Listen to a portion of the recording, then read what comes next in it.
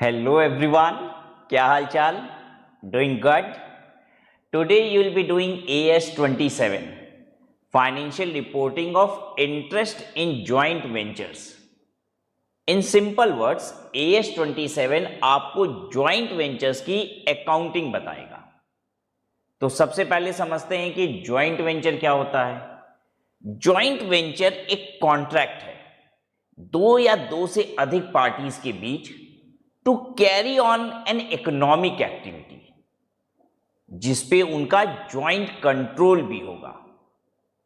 इसका मतलब joint venture उसे कहते हैं जिसमें दो या दो से अधिक पार्टीज एक बिजनेस एक्टिविटी करते हैं मिलके और सारे रेलेवेंट डिसीजंस भी मिलके लेते हैं. बहुत बार बच्चे मुझसे पूछते हैं सर जॉइंट वेंचर और एओपी बीओआई में क्या अंतर होता है, क्योंकि जब वो टैक्सेशन में एओपी बीओआई पढ़ते हैं तो बेसिकली उनको मोटा मोटी समझ में आता है कि ये तो जॉइंट वेंचर जैसा ही दिख रहा है जो आप अकाउंटिंग में जॉइंट वेंचर पढ़ते हैं. तो आपको समझना होगा कि जॉइंट वेंचर का मतलब कुछ लोगों का जॉइंट बिजनेस है. जॉइंट वेंचर क्या है? कुछ लोगों ने मिलकर ज्वाइंटली एक बिजनेस किया तो उसे हम कहते हैं जॉइंट वेंचर. अभी ज्वाइंट बिजनेस का कोई भी लीगल फॉर्म हो सकता है. ये लीगल फॉर्म कंपनी हो सकती है, ये लीगल फॉर्म एओपी बीओआई कुछ भी हो सकती है. राइट. तो एओपी बीओआई ये जो है ये शॉर्टर टर्म है, ठीक है, ये लीगल फॉर्म है. और ज्वाइंट वेंचर क्या है? ज्वाइंट वेंचर ये एक बिजनेस है ज्वाइंटली लोगों के द्वारा किया गया. नाउ कोई भी बिजनेस जब हम करेंगे तो ऑब्वियसली उसको किसी ना किसी तरीके से रजिस्टर कराना होगा. तो जब आप रजिस्टर करते हैं उसे लीगली तो वो कोई ना कोई फॉर्म ले लेता है, चाहे एओपी का, बीओआई का या फिर एक कंपनी का ही फॉर्म ले लेता है.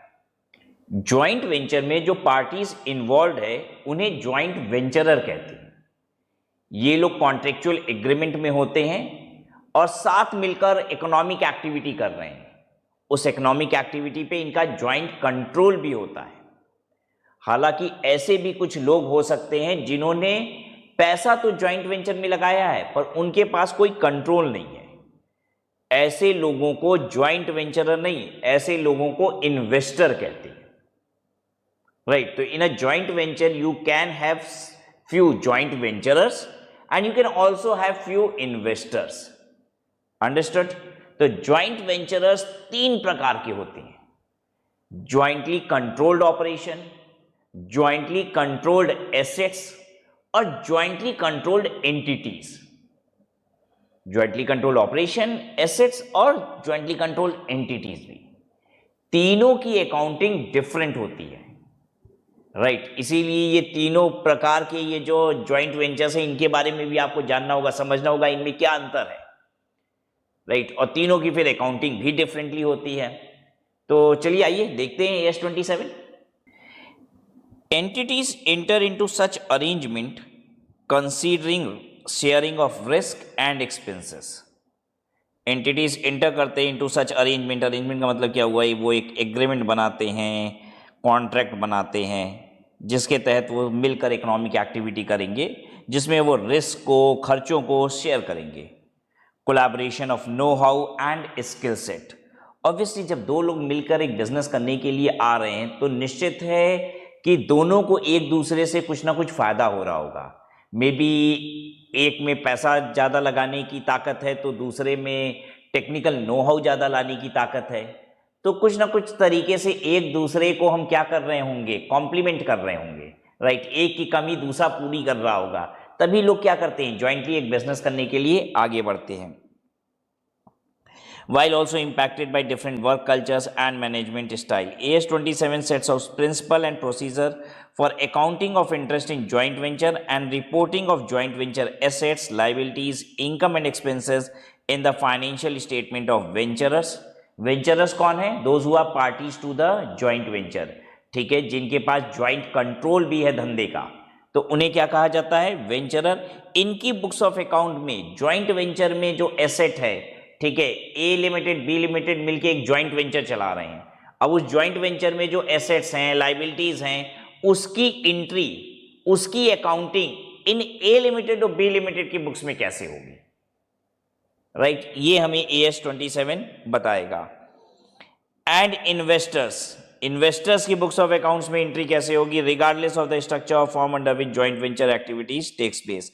क्या इन्वेस्टर्स भी होते हैं जॉइंट वेंचर में? हाँ, जिनके पास जॉइंट कंट्रोल है, ठीक है, जिन्होंने पैसा भी लगाया है, रिस्क एंड रिवॉर्ड शेयर करेंगे और डे टू डे ऑपरेशन में पार्टिसिपेट भी करेंगे with respect to decision making, ठीक है, फाइनेंशियल कंट्रोल, ऑपरेशनल कंट्रोल, ये इनके पास होता है। लेकिन कुछ लोग होते हैं बस पैसा लगा दिए, उनके पास कोई ऑपरेशनल और फाइनेंशियल कंट्रोल नहीं है, तो वो इन्वेस्टर कहलाएंगे जॉइंट वेंचर में।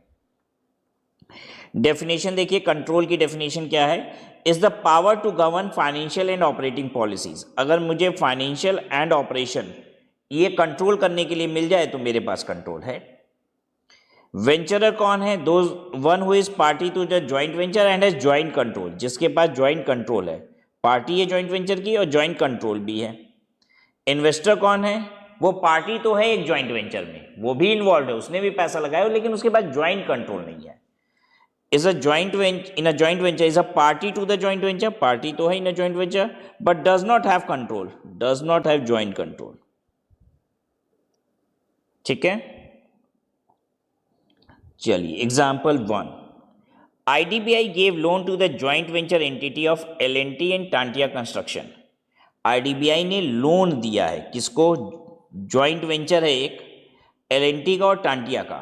They signed an agreement according to which IDBI will be informed of all important decision of joint venture।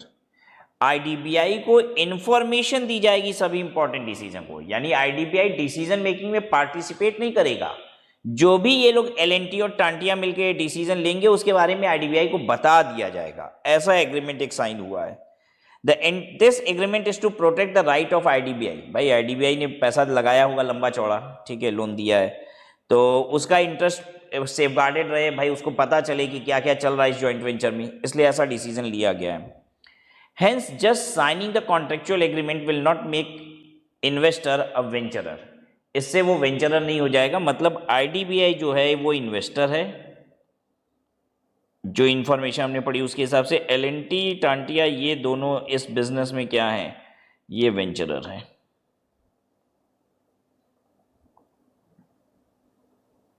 ये नहीं कि आप कहेंगे कोई भी कॉन्ट्रेक्चुअल एग्रीमेंट हो गया है तो वेंचरर बन गया, नहीं, अरे कॉन्ट्रेक्चुअल एग्रीमेंट में ये थोड़ी ना बोला गया कि इसके पास कंट्रोल है। कॉन्ट्रेक्चुअल एग्रीमेंट होना चाहिए फॉर व्हाट? फॉर कंट्रोल, ठीक है, कि such and such is a party to the joint venture and has control, ये भी बात होनी चाहिए। तो यहाँ पे कंट्रोल थोड़ी ना दिख रहा था, एक कॉन्ट्रेक्चुअल एग्रीमेंट जरूर था कि भाई IDBI को सारी इंफॉर्मेशन दी जाएगी, बट कॉन्ट्रेक्चुअल एग्रीमेंट होने से काम नहीं बनेगा, कंट्रोल भी होना चाहिए था, बस इंफॉर्मेशन दी जाएगी ऐसा बताया गया। And therefore IDBI is an investor. चलिए एग्जांपल 2 देखिए, X Limited invested 200 crores as initial capital along with Y Limited and Z Limited in GFH Limited। GFH Limited एक ज्वाइंट बिजनेस है, ये है JV। कौन कौन इसमें को वेंचरर हो सकता है? अभी 3 लोगों ने पैसा लगाया, ऐसी बात हो रही है, X, Y और Z। The purpose of X Limited making this investment is to grow the business of GFH Limited along with other investors। बाकी लोगों के साथ X Limited भी इस बिजनेस को ग्रो कराने के लिए इसमें पैसा लगा रहा है। All investors have a right to attend the meeting and to take decision with respect to the business of GFH Limited। सभी इन्वेस्टर के पास, ऑल इन्वेस्टर यानी कि किसकी किसकी बात हो रही है? X, Y एंड Z, इन तीनों की बात हो रही है। कह रहा है ये तीनों के तीनों के पास अधिकार है to attend the meeting and to take decision with respect to the business of GFH limited. तो all investors are actively involved in running the business of GFH limited and have a share in return generated by GFH limited in agreed proportion. और जो भी ये लोग कमाएंगे वो agreed जो इनका रेशियो उसमें शेयर कर लेंगे। सभी लोग एक्टिवली इन्वॉल्व हैं बिजनेस में, सभी लोग मीटिंग में पार्टिसिपेट करेंगे, सभी लोग मिल के डिसीजन लेंगे। तो क्लियर कट है भाई, ये तीनों के तीनों को वेंचरर हैं, ज्वाइंट वेंचरर हैं, X, Y, Z तीनों वेंचरर हैं। ठीक है, अब देखिए क्या बताना चाह रहा है। Similarly, just because contractual agreement has assigned the role of a manager to any venturer will not disqualify him as a venturer. अब ये क्या कहना चाह रहा है? कह रहा है कि मान लीजिए 3 लोग हैं जिन्होंने पैसा लगाया है, सबके पास ज्वाइंट कंट्रोल है, मिलके ही सब डिसीजन लेंगे, लेकिन एक को हमने मैनेजर बना दिया है कि भाई तुम सारा एग्जीक्यूशन, मैनेजर का मतलब one who will be managing the task, मतलब ग्राउंड लेवल पे आके अब काम कौन करेगा। तो किसी एक वेंचरर को ये दे दिया गया अधिकार कि तुम ही सारा काम करोगे, एग्जीक्यूशन तुम करा लोगे। तो अगर हम किसी को मैनेजर बना दिए तो क्या वो वेंचरर कहलाएगा कि नहीं? अरे तब भी कहलाएगा, डिसीजन तो वो भी ले ही रहा है। फॉर एग्जाम्पल एक बिजनेस है जिसमें आप मैं मिल के बिजनेस डालते हैं और हम दोनों का ज्वाइंट डिसीजन लिया जाता है, लेकिन एग्जीक्यूशन के लिए आप कहते हो कि सर एग्जीक्यूशन आप करा लिया करो, ठीक है, क्योंकि इंस्ट्रक्शंस एम्प्लॉयज़ को देना और उनसे काम कराने का जो तरीका आपका है वो कंप्लीट थोड़ा बेटर है, तो आप इसको करिए। तो आपने क्या किया, बिजनेस का मुझे मैनेजर बना दिया, राइट, कि I will be managing the affairs also, I will be managing the operations also. तो क्या इससे मैं वेंचरर रहा कि नहीं? अरे वेंचरर तो मैं तब भी हूं ना, क्योंकि डिसीजन भी तो मैं ही ले रहा हूं साथ में मिलके, ठीक है। तो वही बात यहां पे बताना चाहता है। एग्जाम्पल 3 इसी से रिलेटेड है। Mister A, messrs B and company and C limited, 3 लोग हैं, mister A, messrs B and company and C limited entered into a joint venture where according to the agreement all the policy making decisions on financial and operating activities will be taken in the regular meeting attended by them or their representative। कोई भी financial और operating activities का जो decision होगा वो meeting में होगा, जिसमें ये खुद अटेंड करेंगे या इनके रिप्रेजेंटेटिव अटेंड करेंगे। जैसे सी लिमिटेड है तो सी लिमिटेड तो अटेंड नहीं कर सकता ना, ऑब्वियसली इसका एक रिप्रेजेंटेटिव होगा, इसका डायरेक्टर होगा, वो आएगा यहाँ पे मीटिंग में। Implementation and execution of these policy will be the responsibility of Mr. A। और जो भी यहाँ पे इम्प्लीमेंटेशन होगा, जो भी यहाँ पे डिसीजन लिया जाएगा, उसका इम्प्लीमेंटेशन एग्जीक्यूशन कौन कराएगा? मिस्टर ए कराएगा। तो mister A is acting as a venturer as well as manager of the concern. तो ऐसे में हम कहेंगे मिस्टर ए मैनेजर भी है, मैनेज भी करता है ऑपरेशन को, लेकिन ये वेंचरर है कि नहीं है? तो आंसर इज यस, वेंचरर तो है, क्योंकि तीनों लोग मिलकर ही डिसीजन लिए, ये तीनों डिसीजन लिए, तो तीनों वेंचरर है। क्लियर हो रही है ना बात अभी तक आपको? चलिए अब सबसे इंपॉर्टेंट पार्ट की तरह मूव करते हैं, जहां पे हमें सीखने को मिलेगा कि कितने तरीके के ज्वाइंट वेंचर्स होते हैं। तो ज्वाइंट वेंचर्स ना 3 प्रकार के होते हैं, ठीक है। Joint ventures may take forms and structures, this statement identifies them into 3 broad types. एक काम करते हैं हम लोग, पहले मैं आपको थोड़ा सा लिखवाता हूं, आप भी अपनी कॉपी में नोट कीजिए इसको।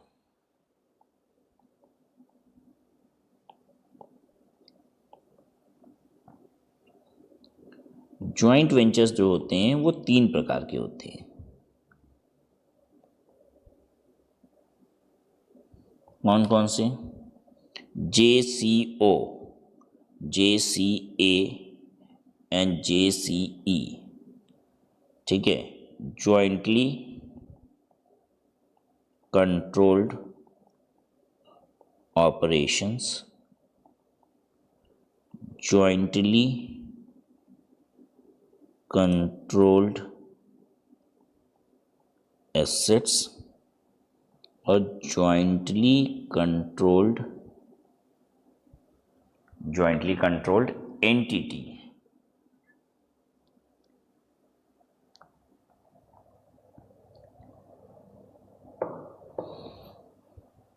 ठीक है, जब 2 लोग मिलके कोई एक इकोनॉमिक एक्टिविटी करते हैं तो पता है वो क्या हो सकता है? ज्वाइंटली कंट्रोल्ड ऑपरेशन भी हो सकता है। अब मैं एग्जांपल्स लेके समझाता हूं कि ज्वाइंटली कंट्रोल्ड ऑपरेशन क्या हुआ। देखिए 2 दुकानदार हैं, ठीक है, एक टाइल्स वाला है, अलग आदमी है, टाइल्स वाला है, और एक बिल्डिंग मटेरियल का सारा चीज देता है, ठीक है, यानी सीमेंट, बालू, गिट्टी और भी जितनी चीजें चाहिए वो सब उसके यहाँ मिल जाएंगी, ठीक है। एक टाइल्स वाला है दुकानदार और एक बिल्डिंग मटेरियल वाला है। दोनों ने पता है क्या डिसाइड किया कि एक काम करते हैं हम लोग ज्वाइंटली कंट्रोल्ड ऑपरेशंस करेंगे। मतलब कोई भी कस्टमर चाहे तुम्हारे पास आए, टाइल्स वाले को कहता है, दोनों लोग मिलकर डिसाइड करते हैं कि भाई टाइल्स वाले तुम्हारे पास कोई भी कस्टमर आएगा तो उसको टाइल्स तो तुम दोगे ही, लेकिन सीमेंट विमेंट का मटेरियल सब कहां से जाएगा? मेरे पास से जाएगा। और सीमेंट वाले को कहा जाता है, सीमेंट वाले देखो तुम्हारे पास कोई भी कस्टमर आएगा, सीमेंट बालू गिट्टी लेगा, ऑब्वियसली फिर वो टाइल्स वगैरह भी लगाएगा, तो टाइल्स मेरे यहाँ से ही जाएगा। यानी हम लोग, कोई भी कस्टमर किसी के पास भी आएगा, हम लोग ज्वाइंटली उसकी रिक्वायरमेंट को फुलफिल करेंगे। तो अब दोनों लोग अपना अलग अलग धंधा कर रहे हैं, कोई मतलब थोड़ी ना है, ठीक है। दोनों की अपनी अपनी मार्जिन्स हैं अपने अपने माल पे, ठीक है। रिक्वायरमेंट वो किसी भी कस्टमर को मिलके पूरी कर रहे हैं, तो ये कहलाता है ज्वाइंटली कंट्रोल्ड ऑपरेशन। इसमें कोई नई एंटिटी नहीं बनती है, कोई नई दुकान नहीं बनेगी, कोई नया बिजनेस नहीं आएगा, इकोनॉमिक एक्टिविटी इकट्ठे की जा रही है, वो क्या है, ज्वाइंटली कंट्रोल्ड ऑपरेशन। कोई भी कस्टमर आएगा, मिल के डील कर लेंगे, that is what jointly controlled operation is. Jointly controlled assets दूसरा है। ज्वाइंटली कंट्रोल्ड एसेट्स क्या है? ज्वाइंटली कंट्रोल एसेट का मतलब होता है कि एक एसेट हम लोग दो कंपनी मिलकर ज्वाइंटली खरीद लेगी और उसका दोनों लोग बेनिफिट लेंगे, अपने अपने बिजनेस में यूज करेंगे, कुछ ना कुछ उससे इकोनॉमिक बेनिफिट आएगा, ये दोनों लोग यूज करेंगे। कैसे इसका यूज हम बताते हैं। जैसे आपने बिल्डिंग के अंदर की लिफ्ट तो देखी है, इंटरनल लिफ्ट, क्या आपने एक्सटर्नल लिफ्ट देखी है? एक्सटर्नल लिफ्ट एक्चुअली ये कंस्ट्रक्शन के दौरान यूज होता है। जैसे कि मान लीजिए 20 फ्लोर की बिल्डिंग बन रही है, ठीक है, तो 20वें फ्लोर पे सीमेंट चाहिए, तो क्या होगा, सीढ़ी से चढ़ते चढ़ते 20वें फ्लोर तक आदमी पहुंचेगा सीमेंट लेके? नहीं, एक एक्सटर्नल लिफ्ट लगती है और उससे मटेरियल क्या होता है, 20वें फ्लोर तक पहुंच जाता है। वो कंस्ट्रक्शन के दौरान यूज होता है। लेकिन देखिए 2 फ्लोर 3 फ्लोर तक जब तक काम चल रहा है तब तक के लिए एक्सटर्नल लिफ्ट वगैरह की आवश्यकता नहीं पड़ती, उसका यूज नहीं होता है, ठीक है। तो अगर एक बिल्डर क्या करता है, अगर ये, और ये महंगी भी मिलती है, ठीक है, और हर समय यूज भी नहीं होती है, तो क्या होता है, मैंने भी देखा है कि बहुत सारे केसेस में कुछ बिल्डर्स ज्वाइंटली इसको खरीद लेते हैं। जो बड़े बिल्डर्स हैं उनकी बात नहीं कर रहा हूं, जो मीडियोकर टाइप के बिल्डर्स हैं वो लोग ज्वाइंटली खरीद लेते हैं, 2-3 बिल्डर मिलकर, कि भाई ये हमारा एक एसेट हो गया, तीनों लोग का है, तीनों लोग कैसे यूज करेंगे चलो पहले से ही डिफाइन कर लेते हैं और तीनों लोग मिलकर पैसा लगा देते हैं इसके लिए। तो ये हुआ ज्वाइंटली कंट्रोल्ड एसेट। क्या यहां पे कोई नई बिजनेस एंटिटी आएगी? नहीं, कुछ नहीं होगा। Now third is jointly controlled entity. अब ये एंटिटी क्या है? सपोज गवर्नमेंट कहती है कि वाराणसी में हमको मेट्रो प्रोजेक्ट बनाना है, ठीक है, वाराणसी में मेट्रो आएगा। अब वाराणसी में मेट्रो आएगा तो गवर्नमेंट ने इसके लिए कहा कि बिडिंग करिए सब कोई, भाई जो सबसे कम कोटेशन देगा उसको ये काम दे दिया जाएगा। गवर्नमेंट ने काम क्या है वो डिफाइन कर दिया गया है कि मेट्रो की स्पेसिफिकेशन क्या क्या होगी, कितने स्टेशंस बनाने हैं, कहाँ बनाने हैं, कैसे बनाने हैं, सब हो गया। अब नाउ आपको कोटेशन देना है। गवर्नमेंट ने कहा भी है कि प्रायोरिटी हम वाराणसी की ही बिजनेस एंटिटी को देंगे, ठीक है। तो जो वाराणसी की बिजनेस एंटिटी है उनको प्रायोरिटी मिलेगी as compare to any other entity. तो पता है, मैं वाराणसी का एक बड़ा बिल्डर हूं और आप भी वाराणसी के एक बड़े बिल्डर हो, लेकिन मेरी भी औकात मेट्रो प्रोजेक्ट पे काम करने की नहीं है, मेरे भी बस का नहीं है कि मेट्रो प्रोजेक्ट पे काम कर लें। वैसे तो बड़े बिल्डर है, आप भी बड़े बिल्डर हो, लेकिन ऐसा काम आपने लिया नहीं है, ये और बड़ा प्रोजेक्ट है मेट्रो का, तो आपकी भी हिम्मत नहीं हो रही है ना फाइनेंशियली, ना ही हम दोनों इतने फाइनेंशियली साउंड है और ना ही टेक्निकली इतने कैपेबल हैं कि इसको काम कर पाएंगे इंडिविजुअली। तो हम दोनों ने हाथ मिलाया, हमने कहा हम ए लिमिटेड आप बी लिमिटेड, दोनों ने हाथ मिलाया कि चलो एक नई कंपनी बनाते हैं which will be joint venture A B limited. May be that joint venture is not A B limited, that joint venture is A B AOP, it could be anything. हम दोनों ने मिलकर एक ज्वाइंट वेंचर बनाया A B limited और whatever the legal form is, और अब ये टेंडर भर रही है टू गेट दैट बिजनेस। अब पता है ये जो एबी लिमिटेड हमने बनाया ये क्या है, ज्वाइंटली कंट्रोल्ड एंटिटी, एक एंटिटी ही नहीं बनाए हैं जिसपे हम दोनों का ज्वाइंट कंट्रोल है एओबी का। तो अब आपको समझ में आया कि जो ज्वाइंट वेंचर्स होते हैं वो 3 प्रकार के होते हैं। एक में हम काम इकट्ठा करते हैं, ठीक है, नया धंधा बना के नहीं, अपने अपने धंधे का ही काम कर रहे हैं, अपने ही धंधे का। एक टाइल्स बेचने वाला टाइल्स ही बेच रहा है, सीमेंट बालू वाला सीमेंट बालू ही बेच रहा है, लेकिन मिल के बेच रहे हैं। कोई भी ग्राहक पकड़ाएगा सब बेचेंगे उसको, इस jointly control operation. Jointly control asset क्या है भाई? तुम अपना धंधा कर रहे हो, हम अपना धंधा कर रहे हैं, एक कॉमन एसेट थी, मिल के खरीद लिए हैं, और कॉन्ट्रेक्चुअली एक एग्रीमेंट भी है हमारे बीच जिसके तहत ये डिसाइड हो गया कि हम लोग इस एसेट का इस्तेमाल कैसे करेंगे। हम दोनों का अधिकार है, दोनों का कंट्रोल है उस एसेट पे, इस jointly control asset. No, jointly control entity क्या होता है? ये वो जॉइंट वेंचर है जहां पे हम धंधा ही एक नया बना देते हैं, एक नई बिजनेस एंटिटी बना देते हैं, वो अपना अलग ऑपरेट कर रही है, उसके अपने एसेट्स होंगे, उसकी अपनी लायबिलिटी होगी। हालांकि कैपिटल कौन लगाया होगा? जो उसके जॉइंट वेंचरर्स हैं वो कैपिटल लगाए हैं। मोटा मोटा आइडिया लग गया आपको? तो थोड़ा सा लिखिए, फिर थोड़ा सा और पढ़िएगा, ठीक है। ज्वाइंटली कंट्रोल ऑपरेशन वो होता है जिसमें नो एंटिटी एग्जिस्ट, इसमें कोई एंटिटी नहीं होती,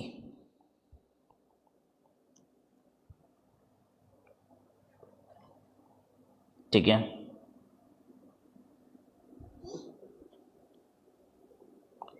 only share of income, expense, asset and liability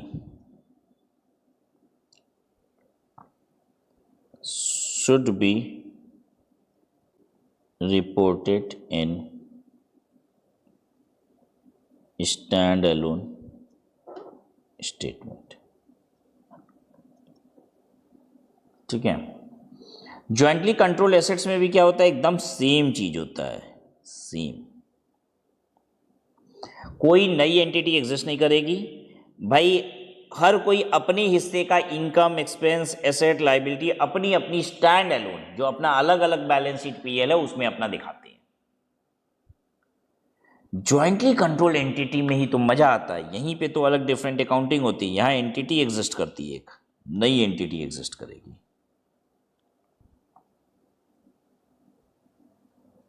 और इस एंटिटी का अपना अलग फाइनेंशियल स्टेटमेंट होता है।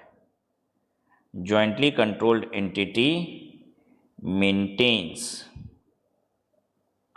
its own financial statement,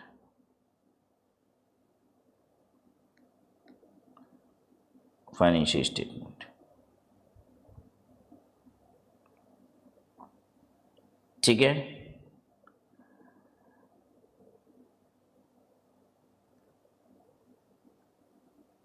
चलिए अब हम थोड़ा सा आपको एंट्रीज भी बताते हैं किस तरीके से अकाउंटिंग की जाती है।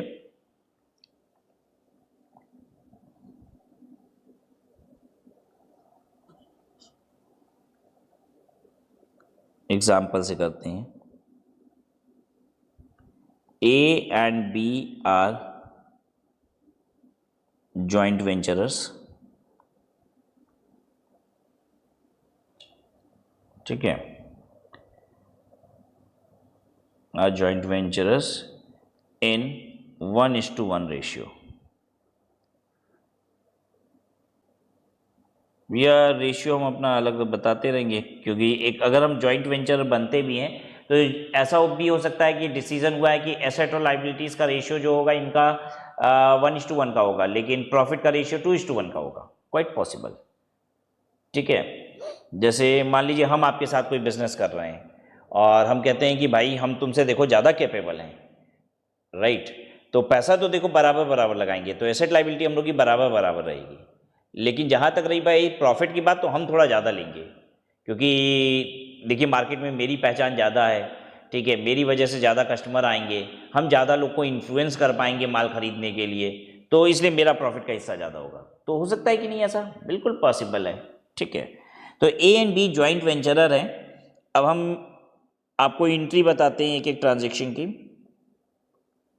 मान लीजिए पहला ट्रांजेक्शन है purchased asset of ₹50,000 in joint venture, और रेशियो 1:1 का है इसमें। तो को वेंचरर 1 और को वेंचरर 2 क्या क्या एंट्री करेंगे?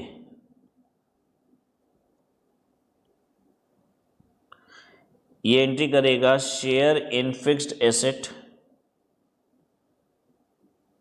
Debit to cash oblique bank whatever 25,000।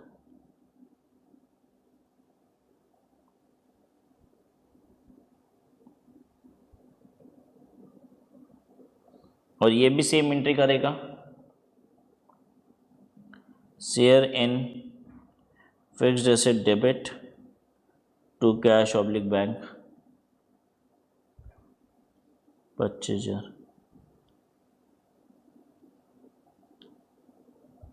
दूसरा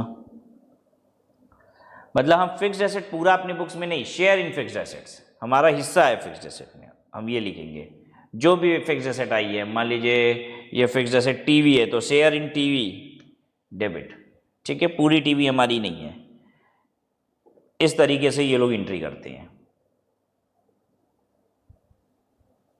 ठीक है। ये हम लोग किसके लिए अभी चल रही है, ये अकाउंटिंग किसकी चल रही है, पहले आप हेडिंग दे दीजिए accounting in case of jointly controlled operation oblique jointly controlled asset, इस वाले केस में तो इनकी एंट्री एक जैसी होगी अकाउंटिंग, इसकी एंट्री बाद में करेंगे जेसीई की, जॉइंटली कंट्रोल्ड एंटिटी की, क्योंकि उसकी एंट्री तो अलग एंटिटी बन जाएगी, वो अपना अकाउंट्स मेंटेन करेगी। यहाँ तो को वेंचरर ही अपने बुक्स में एंट्री मार रहे हैं। कोई एसेट खरीदी गई 50,000 की तो 25,000 की एसेट की परचेस वो एंट्री मारेगा, 25,000 की दूसरा वाला मारेगा, अगर 1:1 रेशियो है। अगर कोई और रेशियो है तो उस रेशियो में मारेंगे सब एंट्री। मतलब ये एसेट परचेज हुई है जॉइंटली, सब अपनी अपनी आधी एंट्री मार रहे हैं, ठीक है, जिस जिस प्रोपोर्शन में जिनका है। अब मान लीजिए वेंचरर को venturer 1 sales his share of asset to को वेंचरर 2 फॉर ₹30,000। ये को है, अजीब से लिखा हुआ है, फॉर ₹30,000। तो एंट्री क्या होगी, को वेंचरर 1 ने अपना शेयर 25,000 रुपये में जो मशीन था उसका हिस्सा था वो बेच दिया हटा के, उसको को वेंचरर 2 को दे दिया कि मशीन तुम्हारी पूरी। तो इसकी बुक से ये मशीन चली जाएगी तो जाने की एंट्री क्या करेगा वो, देखिए वो एंट्री करेगा बैंक अकाउंट डेबिट, बैंक या कैश जो भी है, पहले ये को वेंचरर 1 की को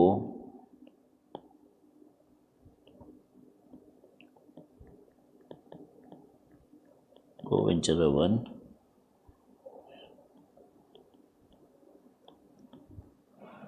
ठीक है।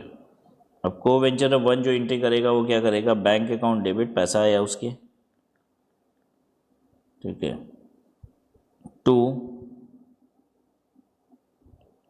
प्रॉफिट ऑन सेल, 25,000 का 30,000 में बिका है ना, प्रॉफिट हुआ है उसको, profit on sale of fixed asset to share of fixed asset.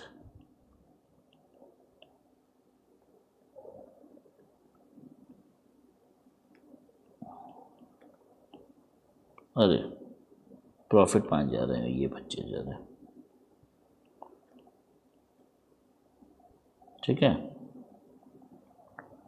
ये अपने यहाँ को वेंचर कैसे एंट्री करेगा, अब उसके पास machine part of the machine नहीं रही, अब पूरी मशीन हो गई।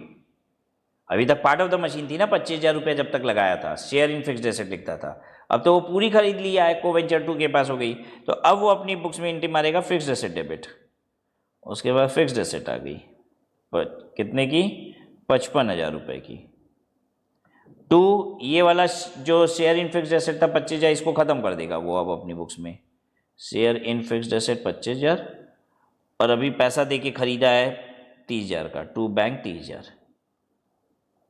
आप ऐसे समझ लीजिए, उसने अभी फिर शेयर खरीदा है इन फिक्स्ड एसेट, कितने का, 30,000 का, तो share in fixed asset to bank 30,000 हुआ। लेकिन अब शेयर इन फिक्स्ड एसेट पहले वाला और ये वाला दोनों ही तो खत्म हो जाएगा ना, अब तो पूरी मशीन हो गई उसके पास, तो एंट्री आ जाएगी फिक्स्ड एसेट डेबिट 55,000।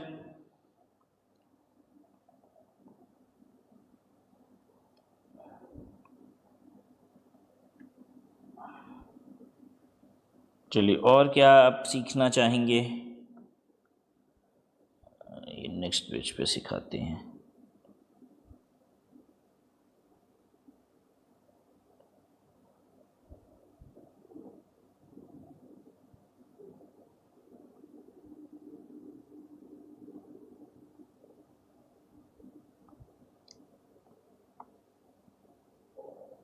अच्छा मान लीजिए रिवर्स, अगर ये लॉस में बेचेगा तो 20,000 में बेच देता तो कोई दिक्कत नहीं ना है। तो हम क्या करते हैं यहाँ पे, तो यहाँ जो हम प्रॉफिट लिखे हैं उसकी जगह यहाँ लॉस लिख देते हैं।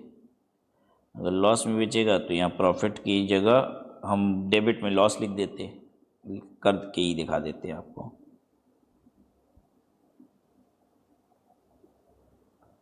तीसरा case, sold share of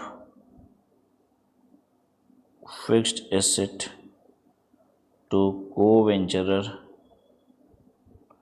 2 for ₹20,000। co-venturer 1, co-venturer 2।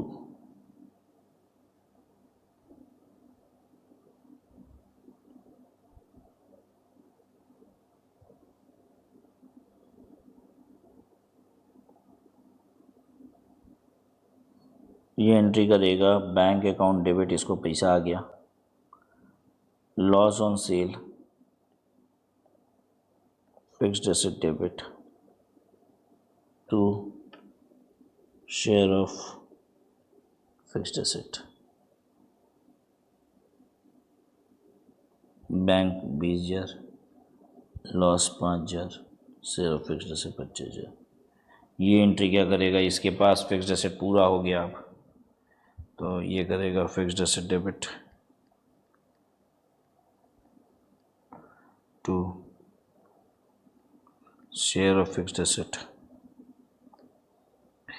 Fixed asset 45,000 की 25,000 और 20,000 अभी लगाया उसने, 25,000 और ये 20,000 अभी लगाया जो टू बैंक।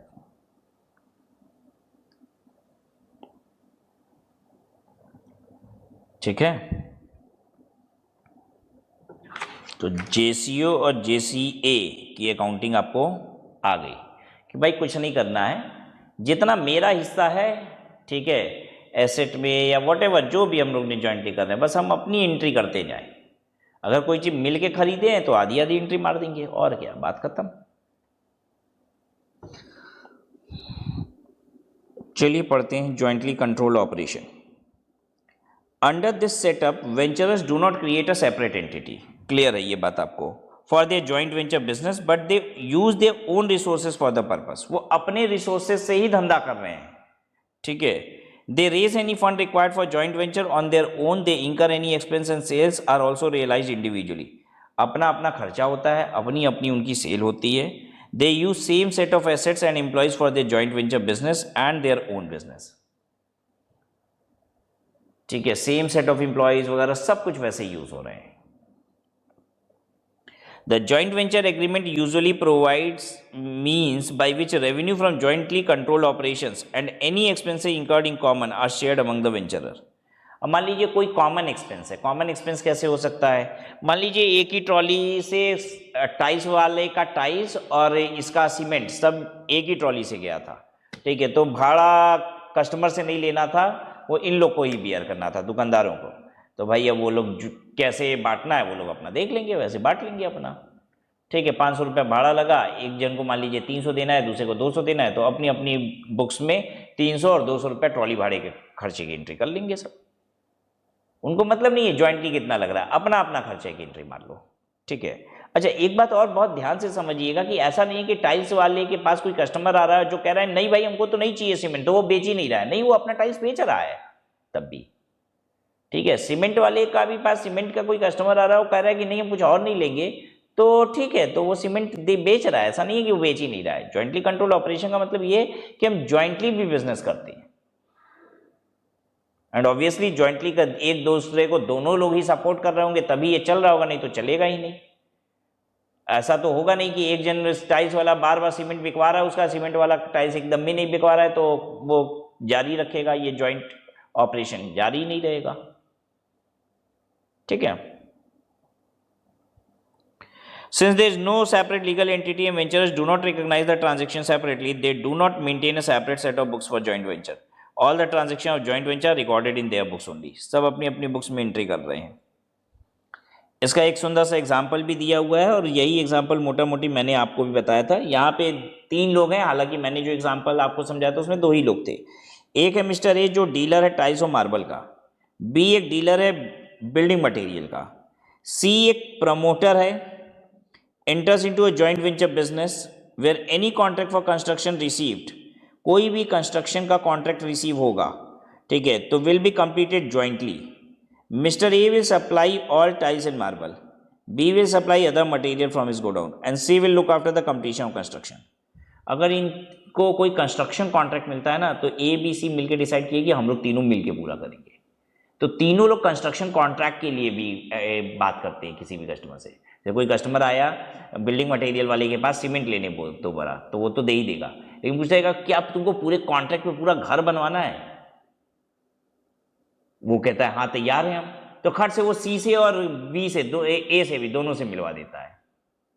सी अब पूरा कॉन्ट्रैक्ट ले लेगा कि तुम्हारा घर हम बनवा देंगे, पूरा कंप्लीट करा देंगे, मतलब वो आर्किटेक्चरल डिज़ाइन, इंटीरियर डिज़ाइंस, ये सब का काम वो कर देगा, ठीक है, लेबर अरेंजमेंट ये सब वो करेगा अब, ठीक है। ए अपना टाइल्स देगा खटाखट और बी बिल्डिंग मटेरियल देगा, तीनों लोग मिलके जॉइंटली इस ऑपरेशन को टेकअप करेंगे। As per the contractual agreement they will share profit and loss in pre determined ratio. अब भाई जो भी इसमें प्रॉफिट होगा वो जो भी इनका रेशियो डिसाइडेड है उसमें होगा। None of them are using separate staff और other resources for the joint business, neither they maintain a separate set of account, everything is recorded in their personal business only. इसके लिए कोई अलग entity वगैरह नहीं बनती है, बस सब कोई अपने अपने हिस्से की अकाउंटिंग अपने अपने बुक्स ऑफ अकाउंट में करेगा।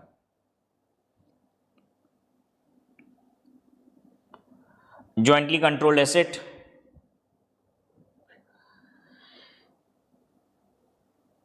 separate legal entity is not created in the form of joint venture but venturer owns the assets jointly। इसमें क्या होता है, कोई एंटिटी नहीं बनाते हैं, लेकिन कोई भी एसेट खरीदते हैं वो जॉइंटली खरीदते हैं। which are used by them for the purpose of generating economic benefit to each of them। they take up any expense and liabilities related to joint asset as per the contract। we can conclude the following point। कोई separate entity नहीं है, common control है asset पे, सभी वेंचरर अपना अपना benefit निकालते हैं उससे, उस एसेट से।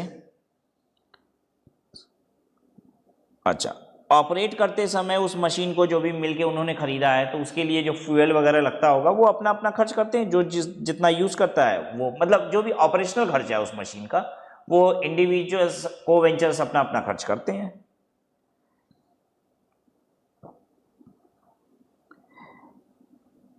अच्छा, मान लीजिए अब ज्वाइंट एसेट की एएमसी करानी है, ज्वाइंट एसेट की सर्विसिंग करानी है, ठीक है, तो अब उसका खर्चा कैसे बियर होगा? तो वो भी इनका कॉन्ट्रैक्ट में लिखा होता है इनके, जो भी देखिए ज्वाइंट वेंचर क्या है, कॉन्ट्रेक्चुअल एग्रीमेंट है, पहले से ही सब कुछ डिसाइडेड होता है, ठीक है, कि इसका खर्चा कैसे होगा, इसकी आमदनी कैसे शेयर की जाएगी, इसका समय कैसे शेयर किया जाएगा, भाई ज्वाइंटली एसेट है तो भाई कौन कितने घंटे यूज करेगा, ये सब पहले से डिसाइडेड होता है। In the financial statement, venturers show only their share of asset and total income earned by them along with the total expenses incurred by them। ठीक है,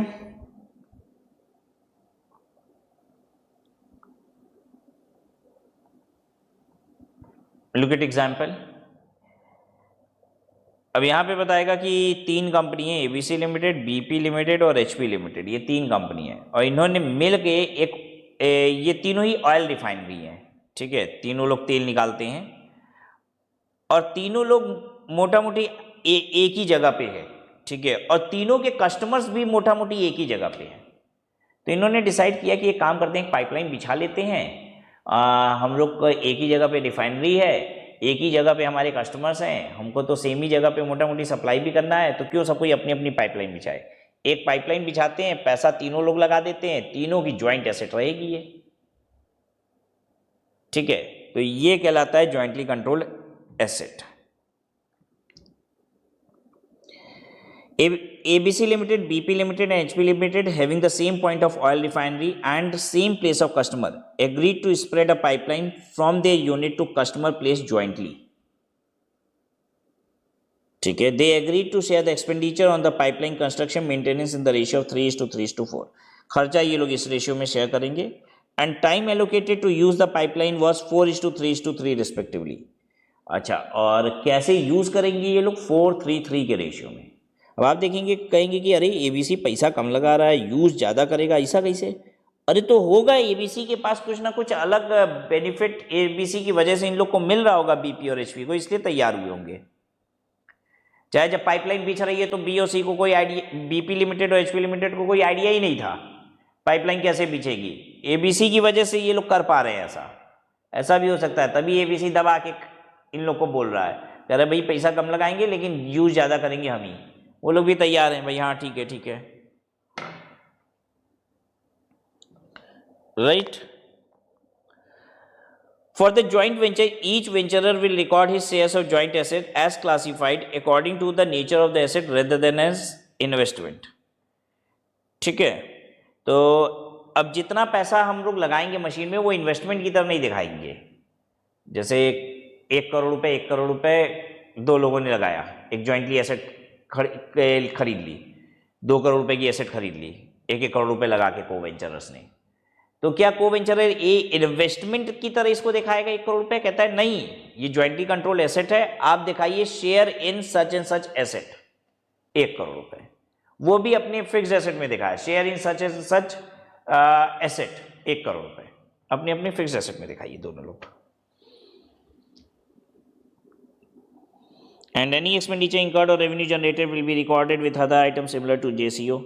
बाकी कह रहा है जॉइंटली कंट्रोल ऑपरेशन में जैसे खर्चों को आप दिखाते थे या कोई रेवेन्यू दिखाते थे अपनी अलग अलग, वैसे ही दिखाना। बस जॉइंटली कंट्रोल एसेट में हम क्या करते हैं, जो एसेट खरीदे हैं उसकी जितना हमने पैसा लगाया उतना हिस्सा हम अपनी बुक्स में दिखा देते हैं, राइट। देखिए ये कुछ डिफरेंसेस हैं जेसीओ एंड जेसीए में। In JCO venturers use their own asset for joint venture business. JCO में एसेट जॉइंट नहीं होता है, उनके एसेट अपने अलग अलग होते हैं। बट इन जेसीए क्या होता है, they jointly own a asset. फिर दूसरा difference, JCO is an agreement to joint carry on the operation to earn income, whereas JCA is an agreement to jointly construct and maintain an asset to generate revenue for each venturer. Jointly control operation में क्या होता है कि मिलके कुछ ऐसा कर लेते हैं जिससे दोनों को इनकम आ जाए, ठीक है। और जेसीए में क्या होता है, इसमें होता है कि आइए मिलके हम लोग कुछ एक ऐसी एसेट तैयार कर ले जिससे दोनों को पैसा आ जाए। जॉइंटली कंट्रोल ऑपरेशन में आइए मिलके एक ये वाला काम पकड़ लेते हैं ताकि कुछ इनकम हो जाए। और जॉइंटली कंट्रोल एसेट में क्या होता है कि मिल के एक एसेट खरीद लेते हैं ताकि दोनों के लिए एक इनफ्लो ऑफ इनकम हो जाए। Next, under JCO all expenses and revenue are shared at an agreed ratio. In JCO only expenses on joint asset are shared at an agreed ratio. JCO में जॉइंटली कंट्रोल ऑपरेशन में क्या होता है, revenue expenses सब हम agreed ratio में share कर लेते हैं। जैसे एक मिला जुला के कॉन्ट्रैक्ट मिल गया, ठीक है, कि भाई 1000 स्क्वायर फीट को टाइल्स के साथ लगा के रेडी करना है, ठीक है, और आपको जो काम मिला है वो कितने क्या रेट पे मिला है, 500 रुपये स्क्वायर फीट पे, ठीक है। तो अब 500 रुपये स्क्वायर फीट पे काम मिला है, 1000 स्क्वायर फीट पे टाइल्स लगा के देना है, ठीक है। तो इसमें टाइल्स भी लगेगा, सीमेंट बालू ये सब कुछ भी लगेगा और लेबर भी लगेगी, ठीक है। तो मिला के सब कुछ आ रहा है। तो इसमें क्या होता है कि जब 3 लोग मिलके ये जॉइंटली कंट्रोल ऑपरेशन को कर रहे होते हैं कि जिसमें से एक मान लो ठेकेदार है, एक टाइल्स वाला है, एक सीमेंट बालू वाला है, तो मिलके सब डिसाइड कर लेते हैं कि भाई इसमें हम लोग रेवेन्यू को इस रेशियो में शेयर करेंगे, इस रेशियो में खर्चे को शेयर करेंगे, ठीक है। जितना पैसा आएगा वो हम लोग इस तरीके से शेयर करेंगे। लेकिन जब जॉइंटली कंट्रोल एसेट की बात आती है ना, तो रेवेन्यू शेयर करने की बात नहीं आती है, क्योंकि बस खर्चे ही शेयर करने की बात आती है कि भाई मशीन हमने मिलके खरीद ली, अब उस मशीन कोई एक खराबी हो जाएगी तो कौन पैसा लगाएगा, कितना लगाएगा, उस मशीन का हर समय क्या कराना होगा, मशीन की एएमसी वगैरह एनुअल मेंटेनेंस चार्जेस पे करना होगा उसका, तो कौन कितना पैसा देगा, ठीक है। तो बस ये होता है, उसमें खर्चे की बात होती है, क्योंकि रेवेन्यू तो आपका अपना अपना है, ठीक है। ये भी याद रहेगा, जॉइंटली कंट्रोल ऑपरेशन में खर्चा रेवेन्यू सब डिसाइड हो जाता है, कैसे बांटेंगे। जॉइंटली कंट्रोल्ड एसेट्स में सिर्फ खर्चे की बात आती है, क्योंकि रेवेन्यू तो आपका अपना अपना है, सिर्फ एक एसेट मिलके खरीद रहे हो आप, राइट।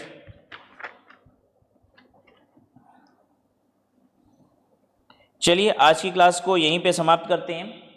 तो आपने जेसीओ एंड जेसीए ये देख लिया आज की क्लास में। अगली क्लास में हम आएंगे तो आपके साथ ज्वाइंटली कंट्रोल्ड एंटिटीज देखेंगे और सच पूछिए तो यहाँ पे ही थोड़ी सी कॉम्प्लेक्सिटी बढ़ेगी, as because jointly control entities में आप देखेंगे कि एक सेपरेट लीगल एंटिटी तैयार हो रही है और वो अपना सेपरेट अकाउंट्स भी क्रिएट कर रही है।